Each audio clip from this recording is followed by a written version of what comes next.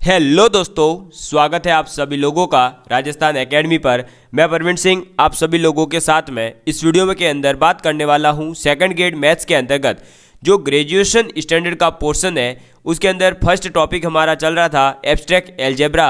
और हमने ग्रुप के बारे में कंप्लीट बातें कर ली थी, फिर नॉर्मल सब ग्रुप के बारे में बात करी थी, क्वोशेंट ग्रुप के बारे में बात करी थी, फिर हम बात कर रहे थे परमुटेशन ग्रुप की। और परमुटेशन ग्रुप के अंदर हमने कल जो है दोस्तों लास्ट लेक्चर के अंदर क्या पढ़ लिया था, तो हमने पढ़ लिया था कि ट्रांसफॉर्मेशन क्या होता है। तो ट्रांसफॉर्मेशन क्या होता है दोस्तों? ट्रांसफॉर्मेशन का मतलब होता है वो सेट जो बाइजेक्शन को शो करे। क्या करे? बाइजेक्शन को, यानी ऐसा फंक्शन जिसके पास में इंजेक्शन यानी 1-1 मैप भी हो और ऑन टू मैप भी, सरजेक्शन भी हो। ठीक है, फिर मैंने आपको बताया था कि परमुटेशन क्या होता है। तो a transformation of a finite set S is called a permutation. ठीक है, और परमुटेशन जो होगा वो हमेशा बाइजेक्शन एक होगा, बाइजेक्शन जो फंक्शन होगा उसी के ऊपर होगा और वो एक फाइनाइट सेट के ऊपर शो किया जाता है। उसको नोटेशन कैसे किया जाता है? तो 2 रे नोटेशन होता है, यानी कि आपके सेट ए के जो एलिमेंट्स होते हैं उनको आप फंक्शन में पुट करेंगे, उनसे जो वैल्यूज आती है उन दोनों को रो के अंदर लिखा जाता है और जिसे हम कह रहे हैं क्या दोस्तों? परमुटेशन। ठीक है, फिर हमने ये एक एग्जाम्पल देख लिया था। फिर इक्वलिटी ऑफ 2 परमुटेशन, तो 2 परमुटेशन इक्वल कब होते हैं? जब आपका एक कोई एलिमेंट लिया आपने सेट में से और उसको 2 फंक्शंस के अंदर पुट करा और दोनों ने इक्वल वैल्यू दे दी। ठीक है, फिर मैंने ये आपको एग्जाम्पल के माध्यम से समझा दिया था कि ये सभी इक्वल्स हैं। फिर आइडेंटिटी परमुटेशन क्या होता है? तो आइडेंटिटी परमुटेशन का मतलब होता है the permutation which maps every element of a set to itself is called identity permutation. यानी कि आपके पास में एक सेट दे रखा होगा एलिमेंट्स का और अगर वो वैल्यूज आप फंक्शन में पुट करते हैं और वापस से वही वैल्यूज आपको मिलने लग जाए, यानी A1 से A1, A2 से A2, A3 से A3, AN से AN, तो ये जो आपका एक परमुटेशन बना इसको आप कहेंगे आइडेंटिटी परमुटेशन। ठीक है, फिर मैंने इसका भी जो है आपके सामने एक एग्जांपल लेकर बताया था कि एफ ए जो है आपको एक ऐसा सेट दे दिया जिसमें एलिमेंट है 0, 1, 2, 3 और एक फंक्शन दे दिया जो A2A है और इसमें fx इक्वल टू है x मॉडुलो 4, 2। तो वो वैल्यूज़ क्या क्या आ रही थी 0, 1, 2, 3 के लिए? 0 से 2, 1 से 3, 2 से 0, 3 से 1। तो ये जो है आपका एफ एक क्या हो गया था? परमुटेशन हो गया था, क्योंकि 0 पर केवल एक ही वैल्यू आ रही है यानी कि 1, 1 ही आ रहा है और इसके 0, 1, 2, 3 सभी एलिमेंट्स की कुछ ना कुछ वैल्यूज आ रही है, तो ये ऑन टू भी हो गया। ठीक है, ऑन टू इनटू क्या होते हैं? ये set relation and function topic के अंदर आप पूरी डिटेल में और जान जाएंगे। अभी केवल इतना ही याद रखना है, 1, 1 का मतलब है कि एक वैल्यू को पुट करने पर एक ही वैल्यू दे फंक्शन, और दूसरा आपका मतलब ऑन टू का मतलब होता है कि जो एलिमेंट्स आपने लिए हैं सेट के अंदर वो प्रत्येक एलिमेंट को पुट करने पर कुछ न कुछ वैल्यू मिले और वो वैल्यू अलग होनी चाहिए। ठीक है, तो 0 पर क्या मिल रहा है? 2। क्या इसमें किसी और पर जगह पर 2 मिल रहा है? नहीं। इसमें 1 पर 3, 3 कहीं और मिल रहा है? नहीं। 2 पर 0 कहीं और मिल रहा है? नहीं। 3 पर 1 कहीं और नहीं मिल रहा। ठीक है, तो एफ जो है आपका एक क्या हो गया था? परमुटेशन हो गया था। अब हम आज बात करने वाले हैं प्रोडक्ट या फिर आप कह सकते हैं कंपोजिट ऑफ परमुटेशन। ठीक है, तो आप टॉपिक डालिए प्रोडक्ट और कंपोजिट, प्रोडक्ट और कंपोजिट ऑफ परमुटेशन, यानी कि आप जो है इसके अंदर क्या पढ़ने वाले हैं? परमुटेशंस आपको दे दिए जाएंगे, उन परमुटेशंस का आप जो है प्रोडक्ट कह सकते हैं या हम ये कह सकते हैं कंपोजिट निकालना सीखने जा रहे हैं। ठीक है दोस्तों, चलिए तो आप इसके अंदर क्या मान लेते हैं? आपके पास में मान लीजिए F एंड G, ये दो आपके पास में क्या है? परमुटेशंस है। ठीक है, ये 2 परमुटेशंस है और ये दोनों के दोनों किसके ऊपर है? एक सेट ए के ऊपर ये दोनों परमुटेशन है। अब आपको जो है दोस्तों हमने क्या बोल दिया कि आप f का gx निकालिए। ठीक है, तो f ऑफ gx इसको आप ऐसे भी लिख सकते हैं f ऑफ gx। ठीक है, वो लगाते ही बन जाता है f of G x, otherwise आप इसको ऐसे भी लिख सकते हैं। ठीक है, इसका मतलब क्या होता है? इसका मतलब है कि f आपको एक फंक्शन दे रखा है, उसके अंदर आप x की जगह पर पूरा का पूरा एक gx फंक्शन पुट कर रहे हैं। क्या कर रहे हैं? gx एक पूरा फंक्शन है जिसको आप f(x) के अंदर पुट कर रहे हो। ठीक है, तो इससे क्या निकलता है? कंपोजिट निकलता है दो फंक्शंस का। जैसा कि हमने देखा f और g का अगर कंपोजिट देखें तो f ऑफ gx या फिर f gx हम लिख सकते हैं। अब हम इसको एक एग्जाम्पल के माध्यम से समझेंगे कि ये क्या कहता है या हम इसको कैसे यूज करते हैं। देखिए, आप लिखिएगा एग्जाम्पल।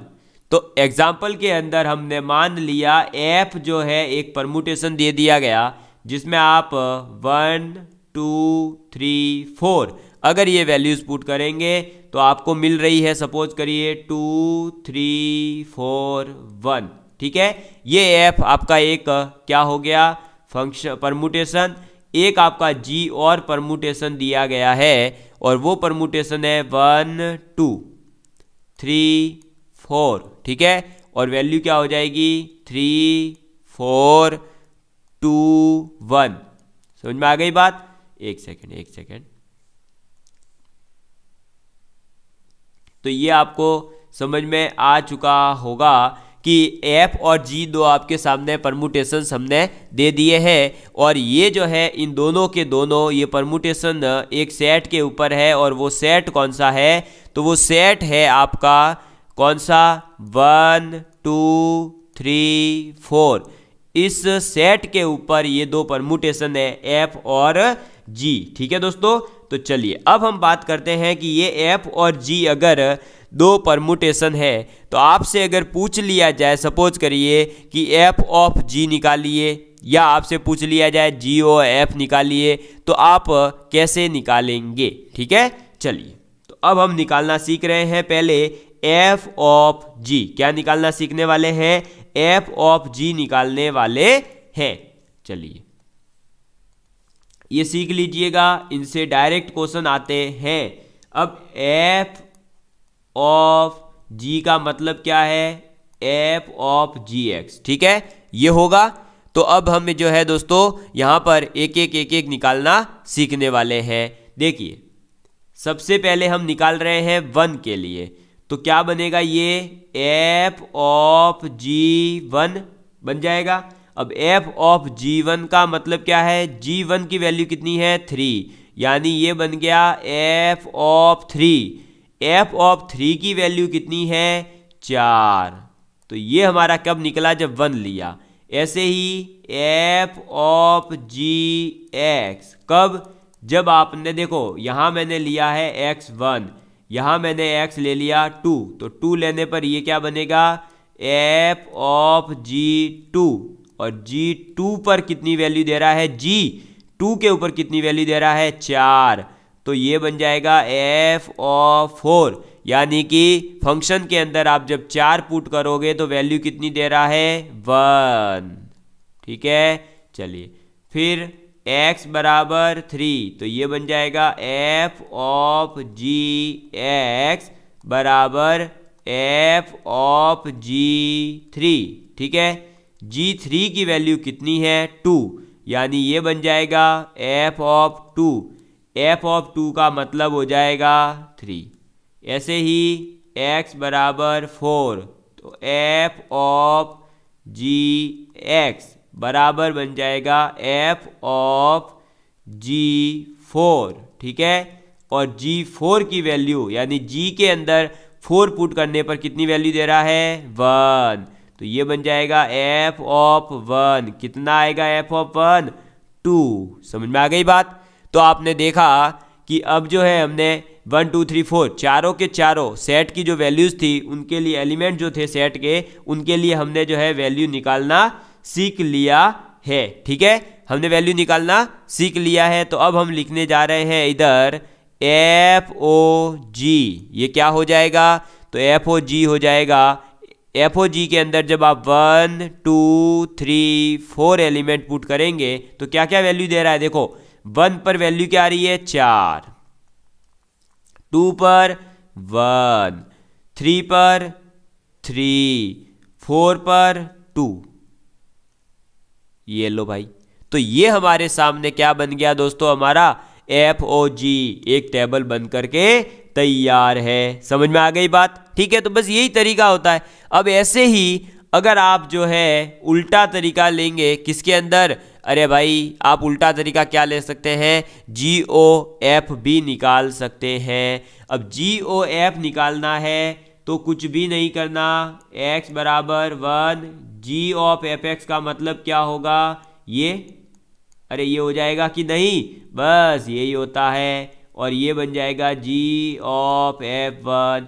इसका मतलब क्या हुआ, इसका मतलब हुआ G ऑफ F1 की वैल्यू कितनी है, तो F के अंदर 1 पुट करने पर कितनी वैल्यू आ रही थी 2। ठीक है, चलिए इसको बाद में देखेंगे। ऐसे ही x2 के लिए लिखते हैं तो G of Fx equal to हो जाएगा G ऑफ F2। ठीक है, ये बन जाएगा आपका G ऑफ, जो भी बन रहा है वो हम आगे देखेंगे। अभी x बराबर ऐसे ही आप 3 लीजिए तो ये बन जाएगा G of Fx is equal to G of F3। ठीक है, ये भी कुछ वैल्यू देगा। और ऐसे ही x बराबर 4 पुट करोगे तो ये बनेगा G of Fx is equal to G of F4। ठीक, अब देखिए जब आप G2 ले रहे हैं तो वैल्यू आ रही है कितनी 4, तो G2 की वैल्यू कितनी 4। फिर जब आपका ये F2 की वैल्यू कितनी है, F2 की वैल्यू है 3 और G3 की वैल्यू कितनी है 2। तो देखिए F2 था, ये आएगा 3, G3 की वैल्यू कितनी है 2। फिर देखिए आपका ये है F3, तो F3 की वैल्यू कितनी है F3, F की वैल्यू 3 पर कितनी आ रही है 4। ठीक है, तो 4 पुट करते ही बनेगा आपका G4, यानी G के अंदर 4 पर कितनी आ रही है 1। ठीक है, तो ये देखिए क्या बनेगा G ऑफ 4 और G ऑफ 4 की वैल्यू है 1। ऐसे ही आपका बनेगा देखो x बराबर 4 यानी F4, F4 पर कितनी है 1 यानी बनेगा G1, G1 की वैल्यू कितनी है 3। ठीक है, तो ये बन गया था G, देखो F4 की वैल्यू कितनी थी 3। ठीक है, सॉरी 1, इसकी वैल्यू तो 1 आ रही है ना, हाँ देखिए G ऑफ 1 और G ऑफ 1 की वैल्यू जो है वो है 3। तो ये भी हमारे सामने पेश है। तो अब अगर हम इसका ग्राफ बनाए यानी इसका परमुटेशन टेबल बनाए तो ये बनेगा देखो 1 2 3 4 पुट करने के बाद में आपको 1 पुट करा तो G ऑफ F क्या आ गया 4, 2 पुट करा तो 2, 3 पुट करा तो 1, 4 पुट करा तो 3, ये आ गया GOF। ठीक है, और हम इधर लिख लेते हैं FOG कितना आया है। ठीक है, तो देखिए FOG कितना आया 1 2 3 4 के ऊपर 4 1 3 2 यानी 1 2 3 4। ये जब आप पुट करेंगे तो आपके आ रहा है 4 1 3 2, कितना आ रहा है 4 1 3 2।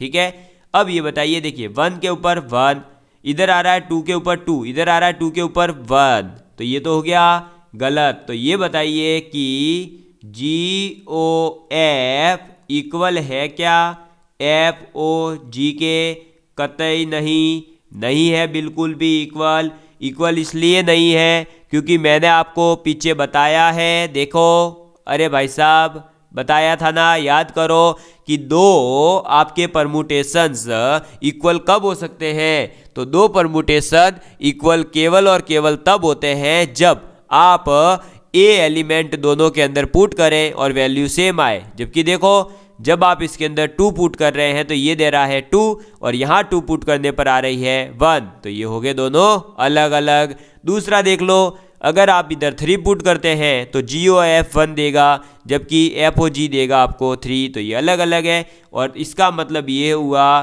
कि ये दोनों इक्वल नहीं है, तो GOF और FOG जो है इक्वल नहीं होते हैं। इसका मतलब क्या हुआ, ये इक्वल नहीं है। देखो F की जगह G आया, G की जगह F आया, देखो G F थी तब और F G है, क्या दोनों इक्वल आ रहे हैं? नहीं आ रहे हैं, ये इक्वल नहीं है। इसका मतलब हम ये कह सकते हैं कि जो परमुटेशन, या फिर हम ये कह सकते हैं, यहाँ स्टार पॉइंट डाल के लिख लीजिए आप कि द प्रोडक्ट, यानी कि द प्रोडक्ट या फिर कंपोजिट, तो the product of the permutation, यानी दो परमुटेशन का मल्टीप्लाई, ये जो है मल्टीप्लाई ही है। समझ में आ गई बात? तो the product of the permutation is not कौन सी प्रॉपर्टी? कम्यूटेटिव। ठीक है, तो ये कौन से नहीं है? कम्यूटेटिव नहीं है। और आप लोग ये जानते हैं कि जो ग्रुप कम्यूटेटिव प्रॉपर्टी को फॉलो करता है वो क्या होता है? तो वो ग्रुप जो कम्यूटेटिव प्रॉपर्टी को फॉलो करे वो क्या कहलाता है दोस्तों? वो एबेलियन ग्रुप कहलाता है। ये बात तो आपको पता होगी। ठीक है, तो चलिए अब बढ़ते हैं हम आगे। तो आगे बढ़ते हैं दोस्तों, तो हमारा आ जाता है नेक्स्ट एक इंपॉर्टेंट पॉइंट, आप लिख लीजिए।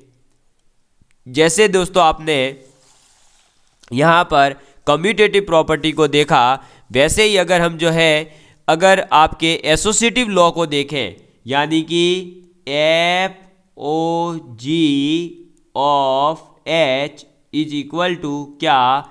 F ऑफ GOH होता है या नहीं?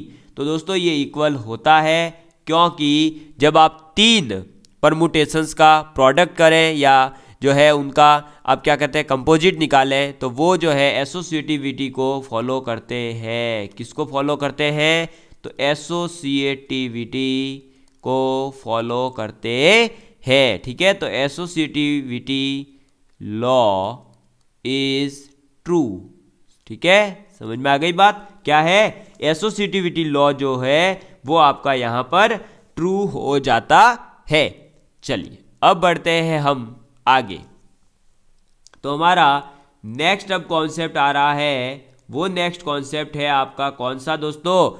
Inverse permutation. क्या आ रहा है? Inverse permutation. चलिए अब बात करते हैं इनवर्स परमुटेशन के बारे में। तो इनवर्स परमुटेशन का मतलब केवल इतना है कि आप कोई भी दो परमुटेशन लीजिए, उन दोनों का गुणा करिए, यानी मल्टीप्लाई करिए, और उनका मल्टीप्लाई करने के बाद में अगर आपको एक आइडेंटिटी परमुटेशन मिल जाए तो आप ये कह सकते हैं कि वो क्या है? एक दूसरे के इनवर्स परमुटेशन है। ठीक है, तो बस तो आप लिख लीजिए, इसकी शॉर्टकट परिभाषा है if the product of the two permutation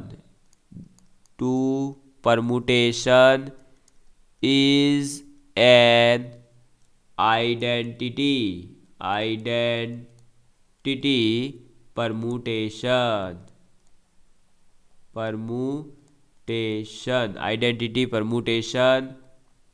then they are called inverse permutation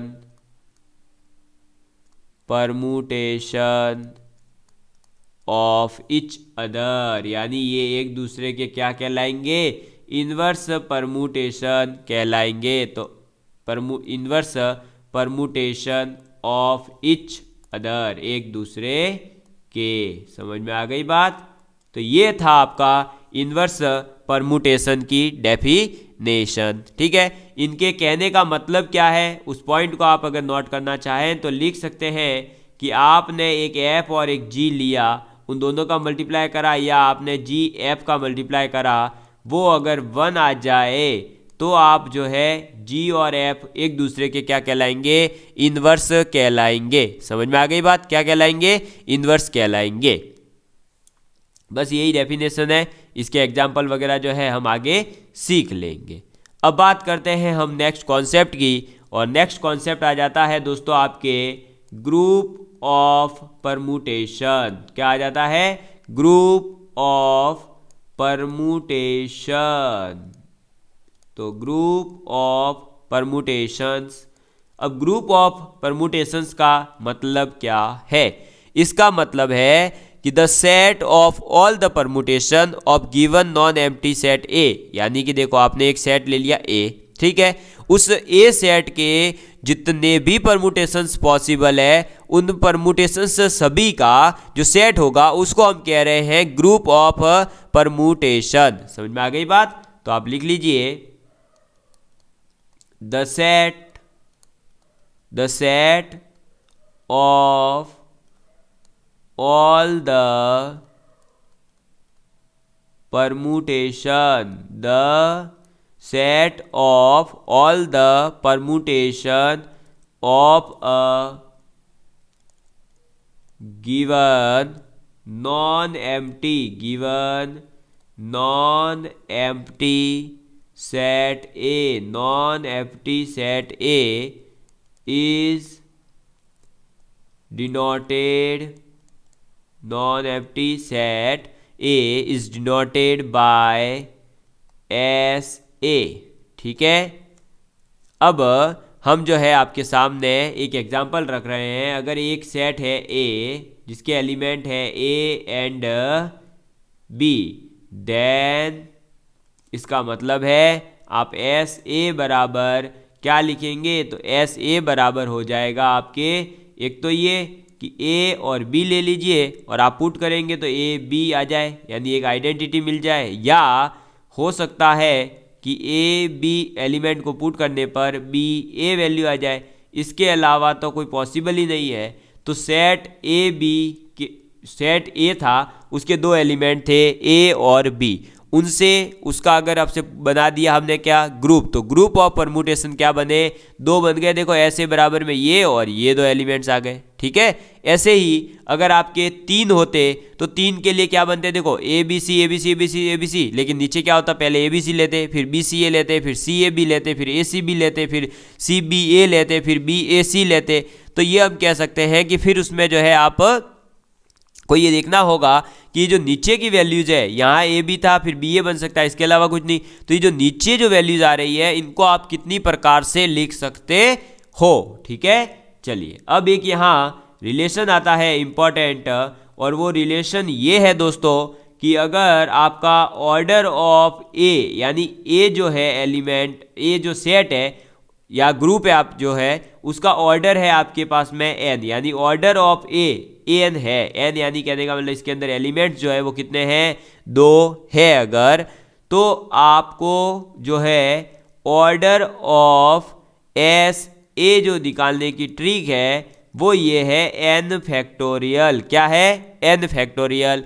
तो देखो ऑर्डर ऑफ ए कितना है? 2, तो एस ए का ऑर्डर जो है वो 2 आएगा, यानी कि यहाँ पर दो एलिमेंट्स इसके अंदर आने वाले, एक और ये दो आ गए, ठीक है। ऐसे ही अगर आपका इस फॉर्मूले को यूज करके देखें तो ए बराबर, ए मतलब जो सेट होता उसमें अगर ए बी और सी तीन एलिमेंट्स आ जाते, देन जो एस ए आता दोस्तों उसके अंदर कितने आएंगे? तो देखो ए बी सी, तो यहाँ बनेगा ए बी सी। फिर हो सकता है देखो ए बी सी तो चलेगा ही, फिर हम ये ले सकते हैं क्या? बी सी ए, ठीक है। फिर वापस से ए बी सी तो चलता रहेगा और हमने ले लिया सी ए बी, ठीक है। फिर ए बी सी तो चलता रहेगा और हमने ले लिया ए सी बी। फिर वापस से ए बी सी और हमने ले लिया सी बी ए, ठीक है। फिर वापस से ए बी सी और हमें मिल गया बी ए सी। देखो ए बी सी फिर बन गया, ए को जो है पूरा पीछे ले लो बस, यहाँ बी सी ए बन गया। फिर ए और बी को आगे ले लो तो ये बन गया सी। तो ऐसे रोटेट करवाते रहो। फिर इस ए को जो है ए और सी को चेंज कर दो तो ए सी ए की जगह ए सी बी बन जाएगा। फिर आप सी बी की जगह जो है वापस से क्या कर दीजिए? बी सी बना दीजिए, तो ये बन गया सी बी ए। फिर आप जो है ए को वापस रिप्लेस करिए तो बी ए सी। तो ये टोटल कितने बने हैं आपके? 6 बन चुके हैं। तो क्या 6 के अलावा और कोई बनेगा? नहीं। अब मैंने आपको जो ये ऑर्डर ऑफ ए बराबर एन है, तो ऑर्डर ऑफ एस ए जो है वो एन फैक्टोरियल होगा। क्या ये ट्रू है? तो देखिए ऑर्डर ऑफ ए कितना है, तो 1 2 3। तो अगर हम बात करें ऑर्डर ऑफ एस ए कितना होना चाहिए था, तो होना चाहिए 3 फैक्टोरियल। 3 फैक्टोरियल का मतलब है 3 इंटू 2 इंटू 1। तो बताइए ये 6 आ रहा है, हाँ। तो इसका मतलब ये जो आपका फॉर्मूला लिखा आपने स्टार के अंदर, ये इंपॉर्टेंट है। इससे आप डायरेक्ट क्वेश्चन देखते ही या जो आपका सेट दे रखा है उस सेट को देखते ही ये समझ जाएंगे कि इसका ऑर्डर कितने होने वाले हैं, और इसका ऑर्डर कितना है उससे आप फिर जो है आपको आसानी रहेगी कि आप और किस किस प्रकार से घुमा सकते हैं, आप घुमाते रहिएगा। ठीक है दोस्तों, तो मुझे लगता है आप लोगों को ये ग्रुप ऑफ परमुटेशन है, कंपोजिट और जो प्रोडक्ट ऑफ परमुटेशन है वो सीख लिया होगा, इन्वर्स परमुटेशन क्या होता है वो सीख लिया होगा। अब हमारा मेन जो है दोस्तों इसके अंदर केवल परमुटेशन ग्रुप की डेफिनेशन वगैरह और परमुटेशन ग्रुप के जो 1-2 एग्जाम्पल है, साइक्लिक परमुटेशन वगैरह ये पढ़ाना रहा है। उसके बाद में आपका ये जो है परमुटेशन ग्रुप भी कंप्लीट हो रहा है। तो अगर आप लोगों को दोस्तों वीडियो पसंद आ रही है तो प्लीज़ ज़्यादा से ज़्यादा लोगों तक शेयर ज़रूर करें, और आप लोग जो है दोस्तों अगर हमें प्यार देंगे तभी हम आप लोगों के लिए कंटिन्यूअसली फ्री क्लासेस लगा पाएंगे, अन्यथा मैं जो है दोस्तों क्लासेस बंद कर दूंगा। ठीक है, और फिर हम भी जो है किसी अदर एग्जाम्स की क्लासें लगाने लग जाएंगे, और फिर जो है आप लोगों का जो YouTube के ऊपर कोई इतना का सिलेबस नहीं करवा रहा, अगर मैं इतना करवा रहा हूं तो प्लीज़ उस चीज़ को भी आप सपोर्ट करना बिल्कुल भी ना भूलें। ठीक है, धन्यवाद।